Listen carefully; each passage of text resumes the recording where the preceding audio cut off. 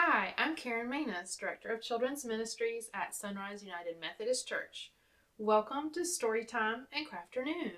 Last week we learned about how when we are thankful, we can be kind to others.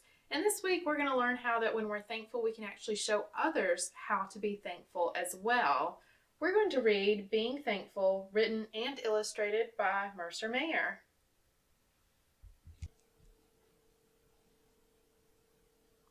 Being Thankful. I stopped my scooter in front of the toy store. Wow, I wish I had a Speed Blaster ZZ scooter with silver wheels, I said. You already have a scooter, said my mom. It's not nearly as good as the Speed Blaster ZZ, I said. On our way home, we passed the movie theater. Boy, I wish I could go to the movies, I said. But we're going to watch a movie at home tonight, said my mom. We did watch a movie on our TV, but it wasn't nearly as good as going to the movie theater, even if we did have popcorn. The next day at school, Gator was wearing brand new AR Flyer sneakers. I wished I had brand new AR Flyer sneakers instead of my plain old blue ones. At home, when it was little sister's turn to use the computer, I asked when I was going to get a computer of my own. But you have a computer, said my mom. Sharing isn't as good as having your own computer, I said. At dinner, I said I wished we could go out to a restaurant to eat. I like having dinner at home, said my dad. Don't you wish we had a bigger house with a pool and an elevator? I asked. I like our house just the way it is, said my mom. As we were reading before bed, Dad stopped the story and said, There are a lot of people who would love to have things like ours. You should be thankful for what you have instead of focusing on what you don't have. On Saturday, Tiger's dad took us for a ride in his boat.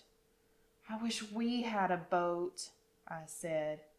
Going on a boat ride is fun, said my dad. Not as much fun as a ride on your own boat, I said. The next day, our whole family went out for ice cream.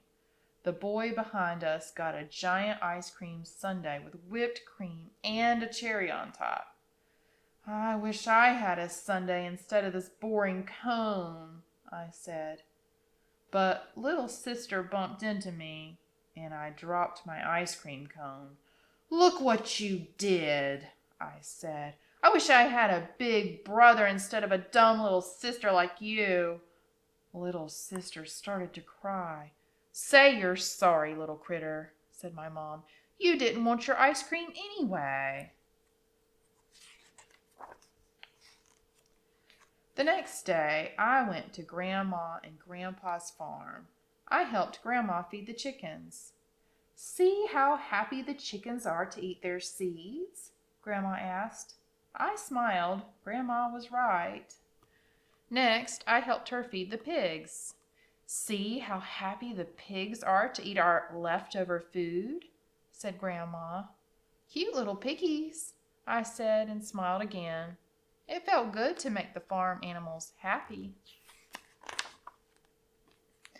Then we picked blueberries. I wanted blueberry pancakes, but Grandma and I made Grandpa's favorite blueberry pie instead.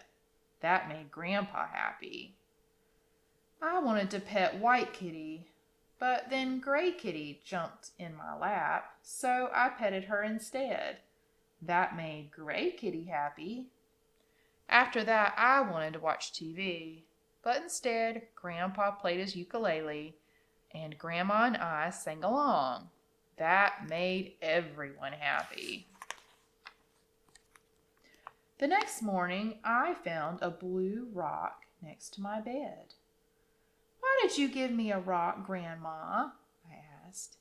It's a thankful rock. I have one too, Grandma said. She showed me her green rock. Remember how happy the farm animals were with what they had? And how happy we can be when we decide to appreciate what we have? I nodded. Then Grandpa pulled his thankful rock from his pocket. That's what it means to have gratitude, to be thankful for everything in your life, said Grandpa. Sometimes when I forget, I look at my thankful rock and I praise God for his goodness and for all the things I'm thankful for, like you, little critter. When I got home, little sister yelled, I wish I got to go to the farm instead of staying here in our boring old house. Mom looked at me. And I wish I had brand new purple overalls with silver sparkles like Bunny instead of these yucky old pink ones. And I wish... Little sister, I said, I brought you something. I gave little sister a red thankful rock. I explained what Grandma and Grandpa told me about being thankful. When I start wishing for stuff, I look at the rock and remember all the good stuff I already have, I said. Then I start feeling happy again. Try it. You'll see. Little sister gave me a hug. The next day, little sister took her thankful rock everywhere she went. She even kept it on her pillow that night. I think she looks happier already. Story, we learned about how little critter got something really special. He got a little rock and he also gave one to his sister, and he kept it in his pocket and kept getting it out so that he could be reminded to be thankful. And so I thought we could make something a little bit similar. I thought we could make something that will end up looking a bit like this. It's a small cross, and it's small enough, as you can see here, that you could fit it in your pocket so you could get it out. And every time that you get it out, you can remember how thankful that we should be for God sending his son Jesus, the ultimate sacrifice, but ultimately also for all the ways that God is providing for us every day, even when we don't realize it. So in your packet, you will notice that you have a small wooden cross that looks like this. You also have two cords. One is pretty long and one's a bit shorter. So start with the longest one first. And what you're going to do is just make a real tiny little loop here and put it on one side of your cross. Kind of hold it with one hand, one finger there. So it looks a bit like that. And then you're going to take your cord and you're going to wrap it around the center part of the cross. And you'll actually notice that I'm not wrapping it so that it's completely covering the wood, because you'll see here in just a minute that we're actually going to cover those spots kind of on our way back up the cross. See what I'm talking about here? So, and I like this cord too because it blends the different colors together, so it's really pretty. All right, so once you get kind of near the end, you're going to start making your way back up the cross, and notice that I'm actually kind of filling in those empty spots as I go, so that we're covering up most of the wooden part of the cross. And this long cord that's in your worship kit is for this long piece that's down the center of your cross. So, and when you get to this part, actually this is kind of the back of our cross, I would recommend going a couple times like this.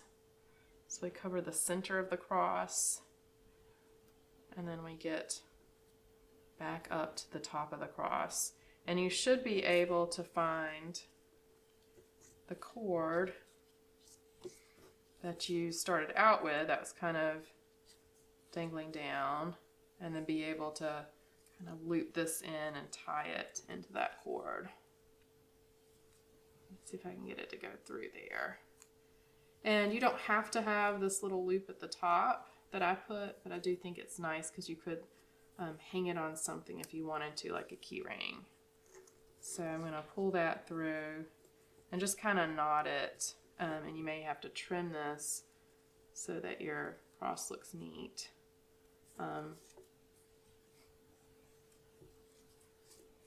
So there we go, so that it's secure. We don't want it to come off. I'm going to tie that again.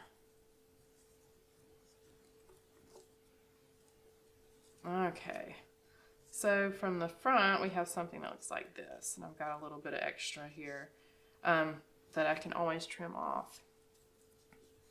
All right, and then you have a shorter cord, and what you're going to do is just hold it in the back, and I would have a little bit extra because remember we're going to need that extra here in just a minute, and do the same as we did here, and we'll see how I'm leaving a little bit of space there so you can see a little bit of the wood because we're going to get that on our way back.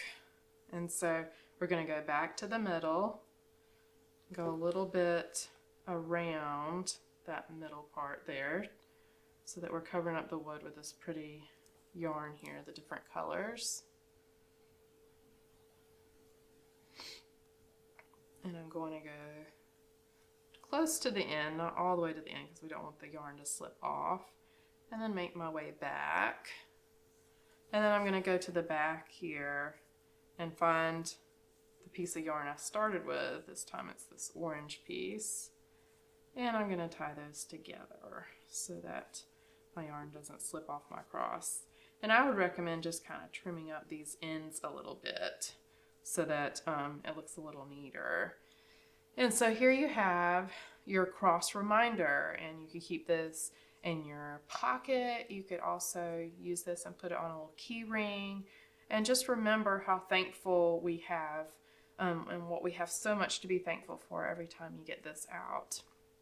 The next thing that you're going to notice is that you have a week of stewardship booklet, and there are 7 different ideas of things that you can do that are good, and every time we do something good, we're actually living the life that God wants us to be. So if we're being respectful to others, if we're giving something to the church, if we're giving away old toys that we're not using, we're actually doing God's work here. So we have a week of stewardship, and each day you could draw a little picture on either the page itself or the back of the page, and just keep working your way through this book and do something good each day so that you can be showing others how you can display stewardship.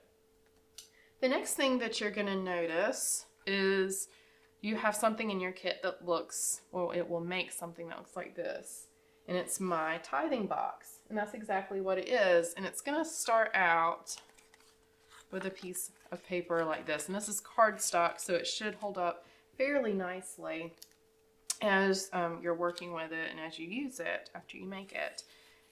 You'll notice how this makes a cross shape. And the really incredible thing about anytime we give back to God or we give to others is that we are making a very, very small sacrifice, and it's a way of honoring the ultimate sacrifice that God made when he sent his son Jesus to die on the cross for our salvation. So here you should have something that looks like this, and you'll notice there are all these straight lines, and you're going to take a moment and just go ahead and fold all those lines over and make a crease there, and this will help it turn into a box that looks something like this here in just a minute. So once you have pre-creased all of those edges, you're going to turn it kind of upside down here. And you also have these sticky dots, and you'll notice that there's a clear side and then there's also this paper side, and the easiest way is just to pull back and take the clear side, and you're going to put that on the smaller flaps that you see here. This will help hold your box together. And I find if I just stick it there and then with a little encouragement get it to stay on the paper, that it works pretty good. Okay, I'm going to take another sticky dot. I'm going to line that one up. on the other side, and these are those shorter flaps that you see, and those are the ones that need the sticky dots. There we go. So these two flaps, as you can see, have little sticky dots added to them, and then I'm going to add another sticky dot to this flap here, and another sticky dot is going to be added to this, oops, let me get it turned the other way, to this flap right here.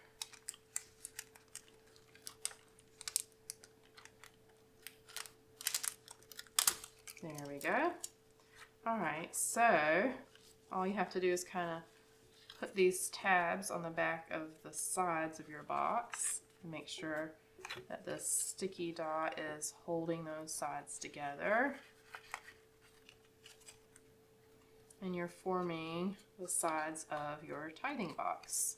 I think a good habit would be, if you get $1, when you break that dollar, to put a dime, or maybe put just aside some of that, and you can put it in this box. And then when you go to church, you can put this in the offering.